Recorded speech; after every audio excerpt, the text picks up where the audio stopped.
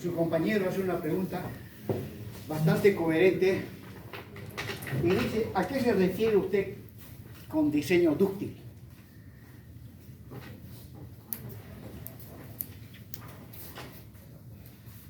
La ductilidad, ustedes saben que es una propiedad física que no todos los materiales lo tienen.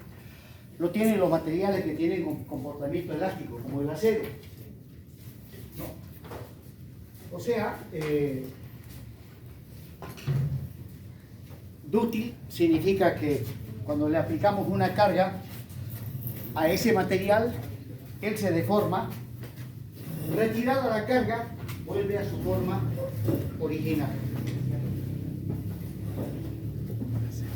En hormigón armado,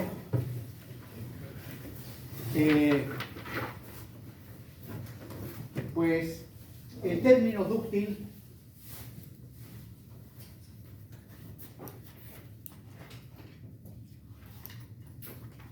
se refiere a las características que presenta la estructura, que hace que la estructura avise con bastante anticipación de que está por entrar en colapso. Antiguamente se diseñaban solamente buscando la economía.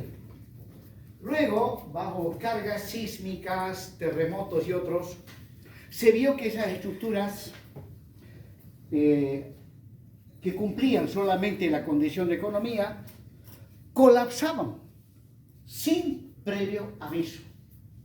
O sea, ahí está la viga, por decir, y de repente nomás un ruido, ¡plac!, y se viene la viga, sin haber avisado de que se venía el colapso.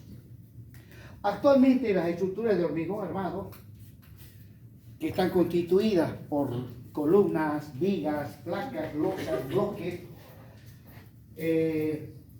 tienen que avisar con bastante anticipación de que la estructura está en situación de colapso.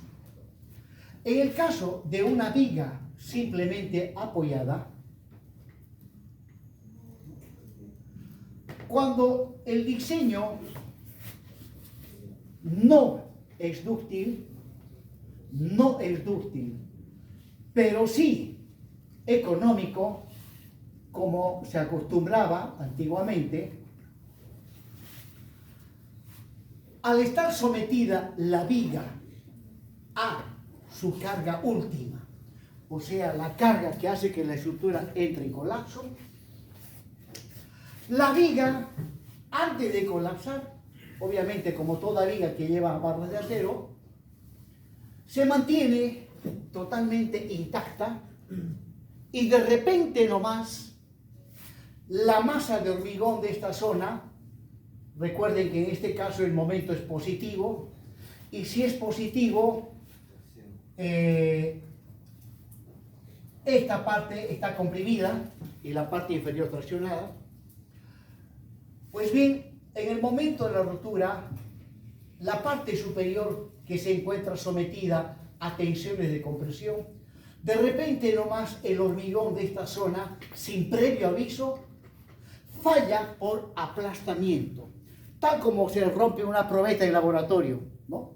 Va cargando, ¡plá!, hace un ruido y salta. Lo mismo, el hormigón de esta zona salta en pedazos y obviamente inmediatamente la viga viene para abajo.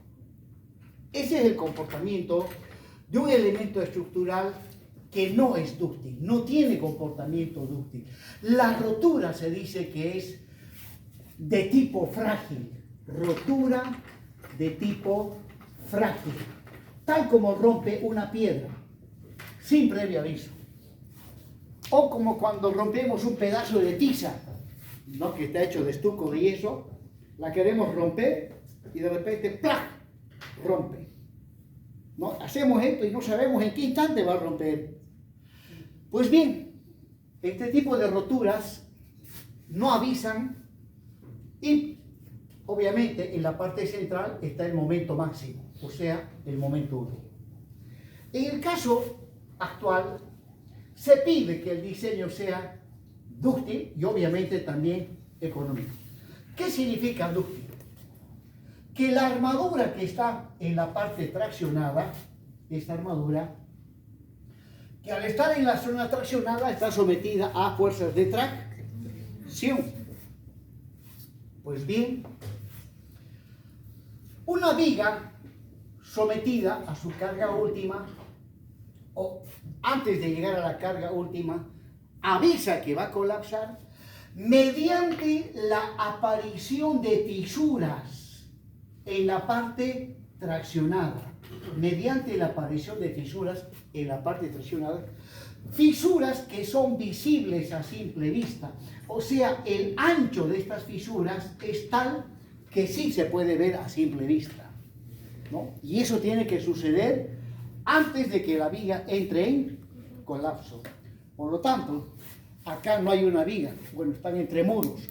Pero ¿qué pasa si nosotros vemos que esa viga se está fisurando? Pues por precaución abandonamos el aula, abandonamos el edificio, ¿no?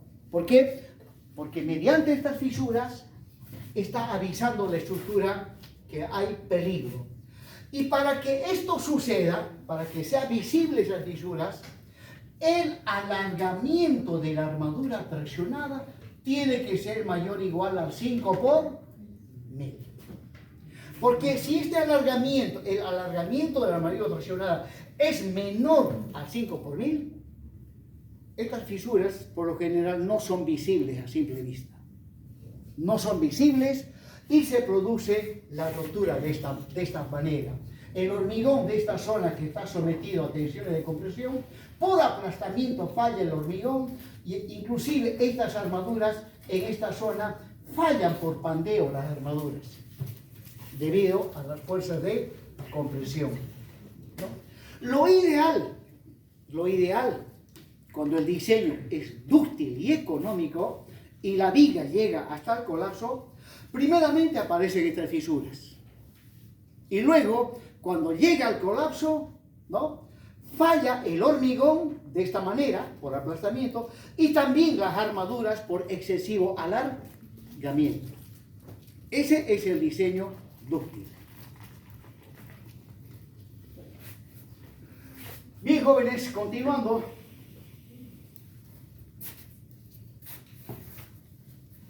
Los dominios que hemos visto son para flexión simple, flexotracción y flexión compuesta. Empecemos viendo el caso de flexión simple.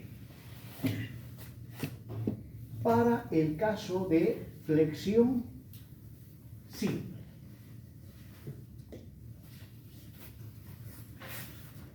Visto en 3D, una viga de sección rectangular, asumiendo este extremo empotrado, el eje longitudinal baricéntrico de la viga y la solicitación actuante, que, de acuerdo a la norma ACI americana, en principio se trabaja con el momento denominado momento nominal. M sub n significa momento nominal.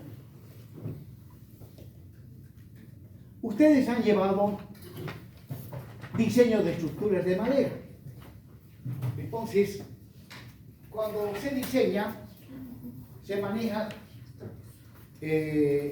las dimensiones nominales de la sección transversal de una viga. ¿Cuáles son las dimensiones nominales? ¿No? Si voy a comprar una viga de madera, ¿no?,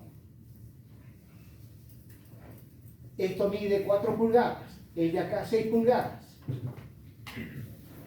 Entonces, cuando hablamos de dimensiones nominales,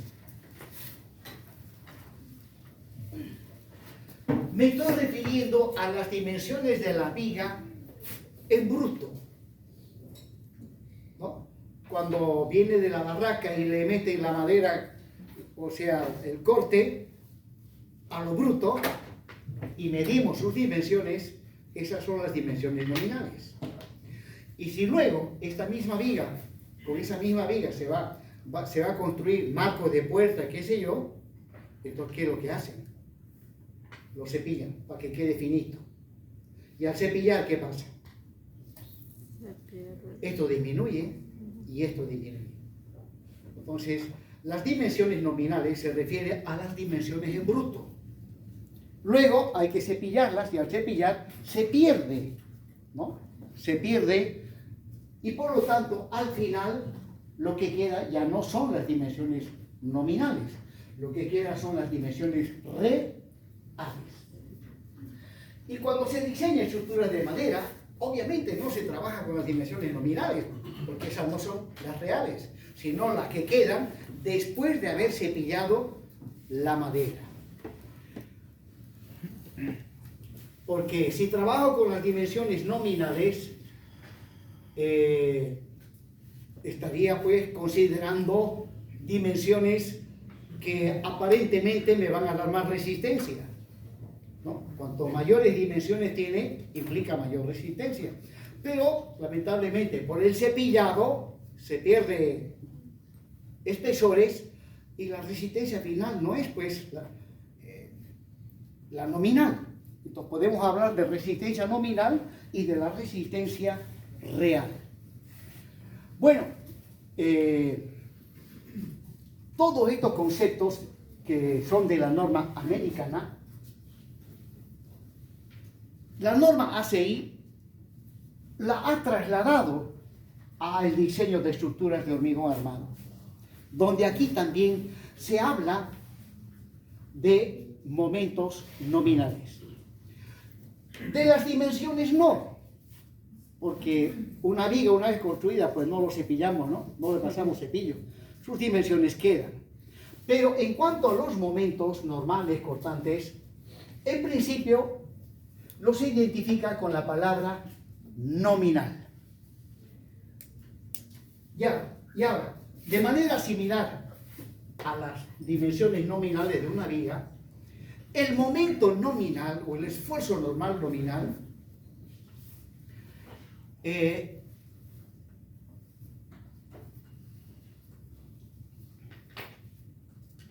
se refiere a la resistencia que tiene una viga, que lleva cierta cantidad de armadura, sus dimensiones geométricas B, H, ¿no? La resistencia del hormigón, la resistencia del acero, ¿ya? Esta viga que lleva una cierta cantidad de armadura en la parte traccionada, en la parte comprimida, tiene dimensiones geométricas y los materiales tienen cierta resistencia, con eso inmediatamente se puede calcular su resistencia a flexión simple. Y el valor que vamos a obtener es la resistencia nominal a flexión simple, ¿no? Ahora, resulta que eso es algo teórico.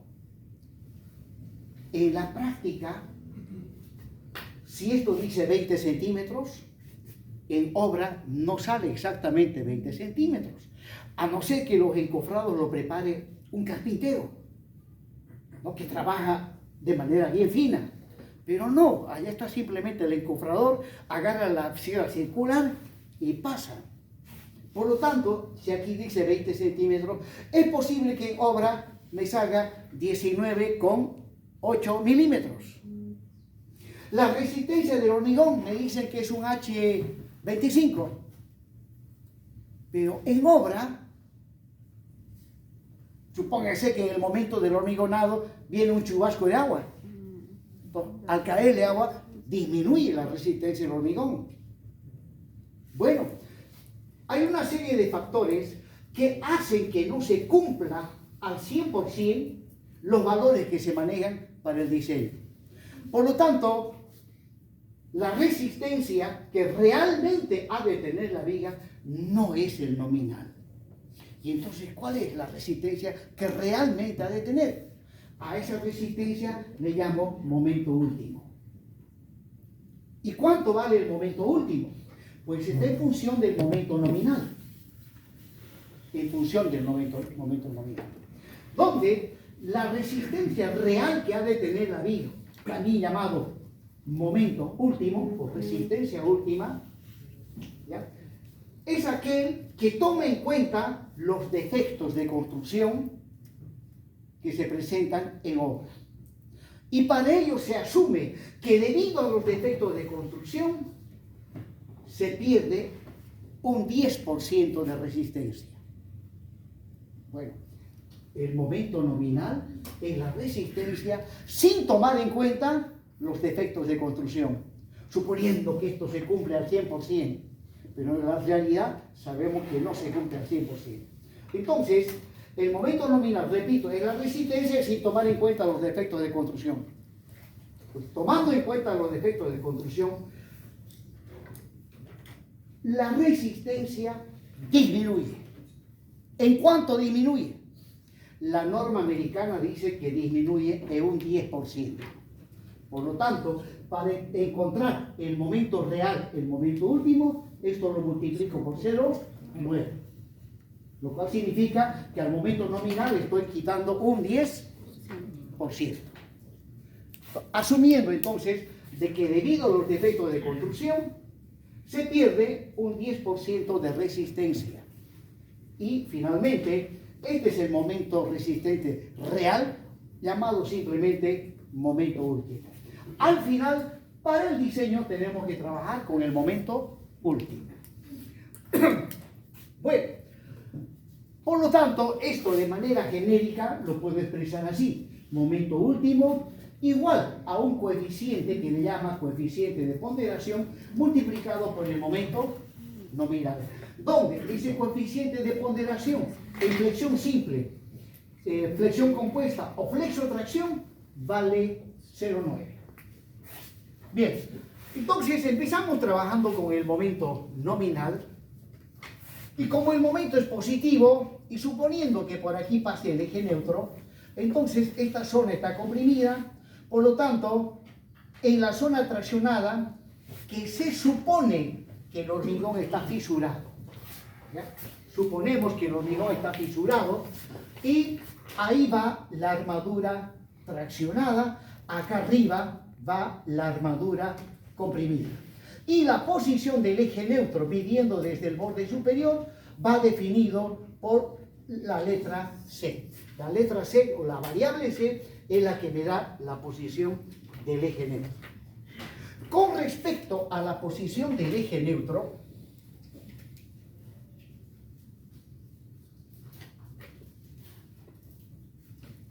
este es el ancho B, la altura total H, y bueno, las armaduras. La armadura traccionada y acá arriba la armadura comprimida. Si el diseño queda ubicado en dominio 2A, el eje neutro queda ubicado aproximadamente por acá. Si el diseño cae en dominio 2B, el eje neutro más o menos está por aquí.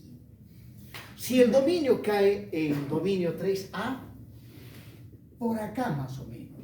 Si el dominio cae en dominio 3B, el eje neutro acá. Si el dominio cae en dominio 4, viene por acá. Entonces, dependiendo del dominio, el eje neutro puede estar más cerca de la armadura comprimida o más cerca de la armadura traccionada. ¿Qué pasa si el eje neutro pasa justo por el baricentro de esta armadura? ¿Cuál es su alargamiento? 0. Y eso sucede en dominio 4. En dominio 4, en el plano especial de dominio 4, en el último, el eje neutro pasa por el baricentro y el alargamiento es nulo. O sea, el diseño no es dúctil, porque esta armadura no va a tener ningún alargamiento. Y el requisito para que sea dúctil es que su alargamiento sea mayor o igual a 5 por 1000. Bueno,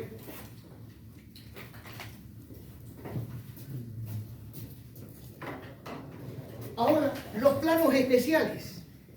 Los planos especiales. Aquí está el eje neutro correspondiente a el plano especial correspondiente al dominio 2A. Y el otro plano especial está acá arriba, ¿no? donde el hormigón no sufre ni alargamiento ni aplastamiento. El otro plano especial está por aquí. Este es el dominio 2B. Luego viene el otro plano especial, está por acá. Es el dominio 3A. Luego viene el dominio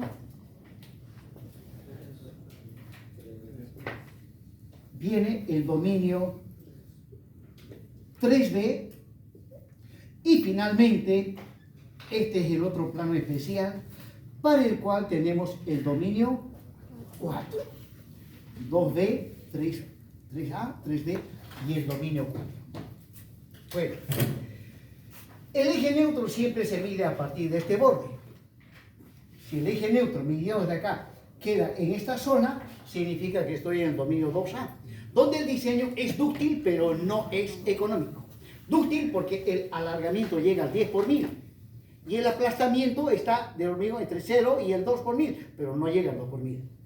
Luego, si paso al dominio 2B, significa que el eje neutro puede estar por acá, dependiendo qué plano de rotura se presente. Y en este caso, en el dominio 2B, hemos visto que el alargamiento también llega al 10 por 1000 y el aplastamiento está entre el 2 y el 3 por 1000. Significa que el diseño es dúctil y es económico. Dúctil porque el alargamiento llega al 10 por 1000. Económico porque el aplastamiento del hormigón, al estar entre el 2 y el 3 por 1000, está trabajando el hormigón a su máxima capacidad resistente. Vamos al dominio 3A. En este caso, el eje neutro está acá, dependiendo qué plano de rotura se presente. Y en dominio 3A hemos visto que el alargamiento está entre el 5 por 1000 y el 10 por 1000. Y el aplastamiento llega al 3 por 1000. Llega al 3 por 1000 en el dominio 3A, lo cual significa que el diseño es dúctil y económico. Pasamos al dominio 3B. Aquí el alargamiento está entre E sub Y y 5 por 1000. E sub Y y 5 por 1000. No llega a 5 por 1000. Por lo tanto, el diseño no es dúctil, pero es económico. Económico porque el hormigón llega al 3 por 1000 y el acero traccionado, como está entre E sub Y y 5 por 1000, también trabaja a su máxima capacidad resistente y el diseño es económico, pero no es dúctil. Y finalmente, en dominio 4, que es lo que hemos visto últimamente, ¿ya? El diseño no es dúctil ni económico. Bueno. Y ahora, la zona donde sí el diseño es dúctil y económico está entre el dominio 2B y 3A. Dominio 2B y 3A. Esta es la zona donde el diseño es económico. O sea, si el eje neutro cae en dominio 2B o en dominio 3A, el diseño es dúctil y económico. Bueno, esto vamos a ir viendo también con más detalle más adelante. Continuando, entonces aquí tengo una viga sometida a flexión simple. Ahí están las armaduras, la posición del eje neutro. Y esto mismo lo voy a dibujar visto de perfil.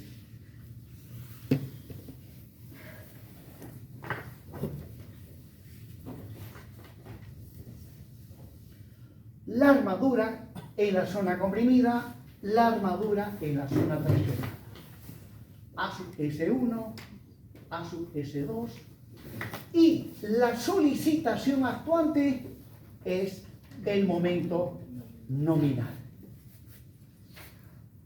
Asumiendo que el eje neutro esté en esta posición, por lo tanto, desde el borde comprimido hacia el eje neutro, tengo esta distancia que es el eje neutro. La letra C se refiere al eje neutro. Al eje neutro. El eje neutro verdadero. Verdadero.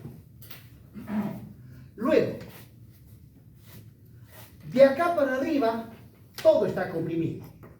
aplicado el momento flector, ¿ya? De acá arriba está comprimido, por lo tanto reacciona el hormigón y reacciona la armadura traccionada. ¿Cómo reacciona el hormigón? Bueno, reacciona, este es el diagrama de tensiones de reacción del hormigón. Es el diagrama parábola rectángulo. Para este diagrama de tensiones puedo encontrar la resultante, que le voy a llamar N sub C. Bueno, y no solo el hormigón está comprimido, o sea, este momento le hace llegar tensiones de compresión. A toda acción hay una reacción. Lo mismo, la armadura comprimida, debido a este momento, le llega una fuerza de compresión, inmediatamente reacciona la armadura comprimida con una fuerza que le vamos a llamar N sub S2. Ahora, con respecto a la armadura traccionada, pero antes de ello, en hormigón armado, por debajo del eje neutro todo está traccionado. El hormigón prácticamente no tiene resistencia a tracción porque se sabe que está fisurado el hormigón justamente hasta donde está el eje neutro. Al estar fisurado no contribuye a la resistencia por debajo del eje neutro. Y ahora, este momento, a la armadura traccionada le hace llegar una fuerza de tracción. A toda acción, el material reacciona. Reacciona esta armadura con una fuerza N sub S1. Entonces, ahí les muestro a la solicitación actuante y las solicitaciones resistentes. Bueno, pero acá tenemos que hacer un cambio. Resulta que la norma americana no trabaja con el diagrama parábola rectángulo, que es el diagrama que más se aproxima a la situación real, sino que trabaja con un diagrama simplificado, que es el diagrama rectangular. Entonces, dibujo nuevamente esto. Ahí va la solicitación actuante, la armadura en la zona comprimida, en la zona traccionada, A sub S1 y A sub S2. Y la norma ACI asume que este diagrama de tensiones de compresión tiene esta configuración. O sea, el momento viene y comprime. Según la norma, dice que las tensiones de compresión son uniformes. Obviamente, esto es un absurdo, por cuanto sabemos bien que las tensiones, conforme se acerca al eje neutro, van disminuyendo hasta que se hace cero. Esto no es real. Ahora, para que la solución de diseño, trabajando con este diagrama, sea similar al del diagrama parábola rectángulo, en vez de trabajar con el eje neutro verdadero, debo trabajar con el eje neutro ficticio, que lo identifico con la letra A. Y el eje neutro ficticio es igual a un coeficiente beta sub 1 por el eje neutro verdadero. Y, repito, para que el diseño dé resultados similares a cuando se trabaja con el diagrama parábola rectángulo, que es el diagrama verdadero, este eje neutro ficticio se tiene que obtener mediante esta fórmula, donde beta sub 1 es un coeficiente cuyo valor es igual a 0,85. Sí o sí, siempre y cuando la resistencia del hormigón sea menor o igual a 28 megapascales. Para resistencias mayores, ya esto tiene otro valor. Pero por ahora vamos a suponer que mi hormigón cumple esta condición, ¿no? Bien, entonces, asumiendo que el eje neutro ficticio se obtiene mediante esta fórmula, sí, resulta que el diseño sale prácticamente igual a que estemos trabajando con el diagrama parábola rectángulo. Bueno, continuamos. Solicitación actuante y la solicitación resistente.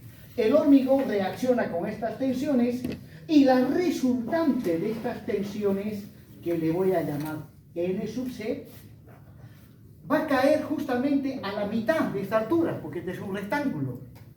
A la mitad de esa altura, lo voy a dibujar. Tengo un marcador que muy espesa la tinta. Esto es A, y por lo tanto, midiendo desde arriba, esto llegaría a ser A medios, ¿no? A medios. Luego dijimos que también reacciona la armadura comprimida. Reacciona la armadura comprimida con una fuerza que le he llamado NS2, y el cual, midiendo desde acá arriba, se encuentra a una distancia que es igual a su recubrimiento mecánico. Luego también reacciona la armadura traccionada, NS1, el cual, midiendo desde la parte comprimida, se encuentra a una distancia que es la altura útil. Bien, y aquí estaría el recubrimiento mecánico R1. Pues bien, ahí está la solicitación actuante y las solicitaciones resistentes. Bueno, el método por resistencia, también llamado método de los estados límites últimos, se basa en el cumplimiento de 5 hipótesis, ¿no? La última hipótesis dice que tiene que haber equilibrio estático entre la solicitación actuante y las solicitaciones resistentes. Equilibrio estático. Entonces yo puedo plantearme que sumatoria de fuerzas horizontales tiene que ser igual a 0, ¿no? Esto es N sub C. Entonces inmediatamente puedo escribir que N sub C más NS2 menos NS1 tiene que ser igual a 0. También puedo plantearme una ecuación de equilibrio de momentos, tomando sumatoria de momentos con respecto a este punto. Si hago sumatoria de momentos, la otra ecuación de equilibrio, sumatoria de momentos con respecto al punto 0, ¿ya? Pero para ello necesito los brazos de palanca. Pues bien, para la resultante del diagrama de tensiones del hormigón, acá voy a tener una distancia. Esa distancia no es más que la altura útil menos A medios. A la altura útil le quito menos A medios.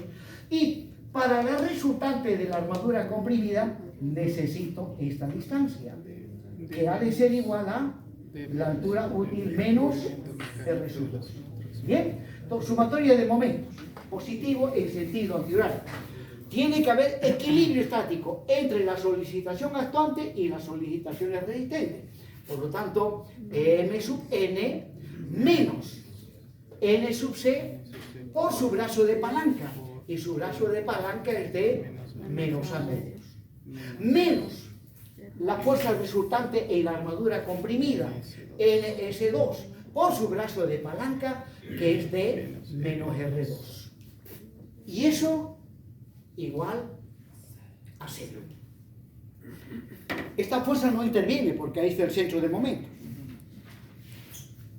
Bien, de esa manera llego a obtener las dos ecuaciones de equilibrio para el caso de flexión simple. Para el caso de flexión simple. Ahora, ¿a qué es igual N sub C? Es la resultante del diagrama de tensiones de compresión. O sea, si esto es el eje neutro ficticio, el diagrama de tensiones de compresión sería este, ¿no? Ya visto en 3D, estas son las tensiones. y su resultante le estoy llamando N sub C. Y bueno, cuando trabajamos con este diagrama simplificado, debemos asumir que la tensión en el hormigón es el 85 de Fc', sea cual fuese la posición del eje neutro. En cambio, cuando trabajamos con el diagrama parábola rectángulo, no, la tensión varía. Pues bien, entonces, ¿a qué se le iguala N sub C? Es la resultante de este volumen de tensiones. Pues bien, la tensión en un material es igual a la fuerza que le llega dividido entre el área, ¿no? Tensión es fuerza sobre área. Bueno, N sub C es una fuerza resultante. Si de aquí despejo la fuerza resultante, es igual a el área por la tensión. Entonces, aplicando esta fórmula, N sub C ha de ser igual a el área sobre el cual actúa.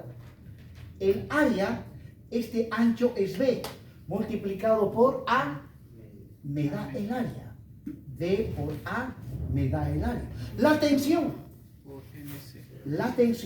es 0,85 de la resistencia del hormigón. Entonces, N sub C, ordenando esa expresión, es 0,85 de Fc' de B por A. Luego, tengo NS2. ¿A qué es igual NS2? NS2 es la resultante de la fuerza en las armaduras comprimidas. Entonces, nuevamente, fuerza es área por tensión. Entonces, área de las armaduras. En este caso, el área tiene que ser el área de las armaduras, o sea, el MS2 es el área de las armaduras multiplicado por la tensión de estas armaduras, que la identifico de esta manera. Sigma S2, la tensión. Entonces, MS2 es A sub S2 multiplicado por la tensión. Y de manera similar, el NS1 también va a ser el área de estas armaduras, por la tensión correspondiente a esa armadura. Muy bien. Reemplazando estas tres expresiones en la primera y la segunda, vamos a llegar a la siguiente. La primera, 0,85 de Fc' de B por A, más la segunda, A sub S2 por sigma S2, y la tercera, A sub S1 por sigma S2, igual a 0. Vamos a la segunda, momento nominal menos N sub C, es 0,85 de Fc' de B por A, paréntesis de menos A medios, menos NS2 es A sub S2 por sigma S2, paréntesis de menos R2 igual a 0. Listo, señores. Ahí están las dos ecuaciones de equilibrio para el caso de flexión simple. Para el caso de flexión simple. Pero resulta que para hacer el diseño completo no es suficiente esas dos ecuaciones de equilibrio.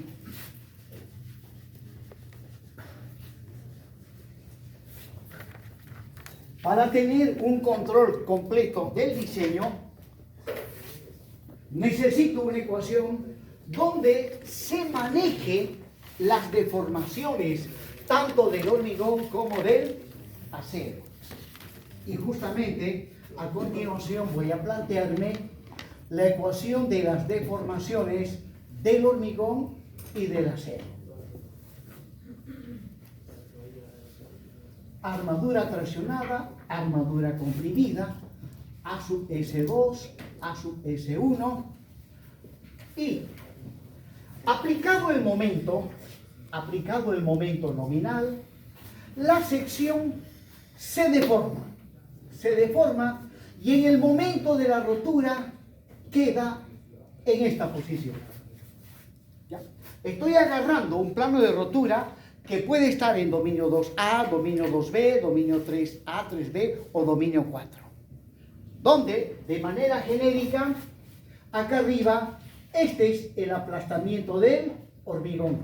Por aquí pasa el eje neutro, ¿no? Esta distancia es C.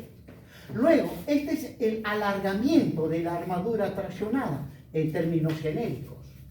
Y aquí está el aplastamiento de la armadura comprimida, al que le llamamos E sub S2. Completando esta figura, esto es la altura útil del recubrimiento mecánico de la armadura comprimida y el recubrimiento mecánico de la armadura traccionada. Pues bien, esta distancia es uno de los catetos de este triangulito. ¿A qué será igual esto? Es C menos R2. Esta distancia es C menos R2. Luego, acá tengo otro triángulo. Necesito esta distancia. Es la altura útil menos C. La altura útil menos C. Ahora, tomando como referencia este angulito, θ, aplico la función tangente de θ y voy a tener, con el triángulo que está por encima del eje neutro, el más grande, cateto opuesto es E sub C. E sub C, y el cateto adyacente es C. Trabajando con el triangulito más pequeño, cateto opuesto es E sub S2. Su cateto adyacente, C menos R2. Y finalmente, trabajando con el triángulo de abajo, cateto opuesto es E sub S1 y el adyacente es D menos C. De esa manera, obtengo para el caso de flexión simple, flexión compuesta o flexotracción, porque este es un plano de rotura genérico, la ecuación de compatibilidad de las deformaciones. Bueno, las ecuaciones de equilibrio que acabo de obtener están en función del eje neutro ficticio. Y este no está en función del eje neutro ficticio. Y como vamos a trabajar con el eje neutro ficticio, pues hay que hacer el cambio de variable.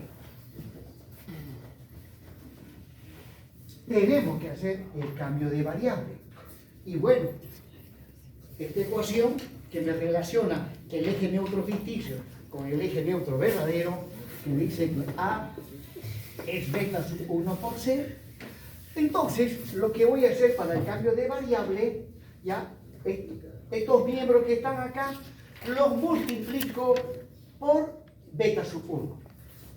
O sea, todas las expresiones que están en el denominador van a ser multiplicadas por beta sub 1. Por lo tanto, voy a tener E sub C, beta sub 1 por C, igual a E sub S2, beta sub 1 por C, menos beta sub 1 por R2, y finalmente E sub S1, beta sub 1 por D, menos beta sub 1 por C.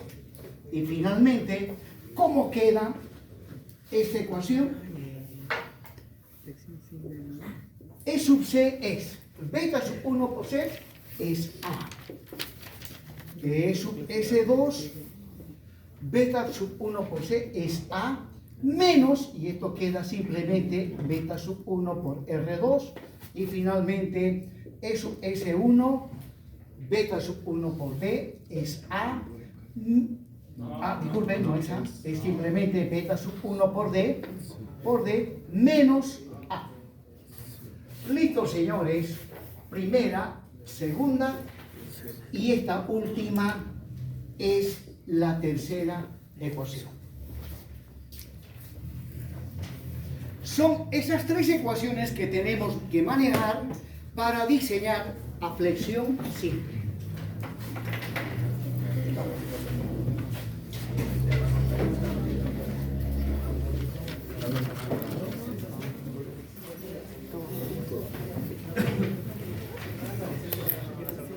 Pero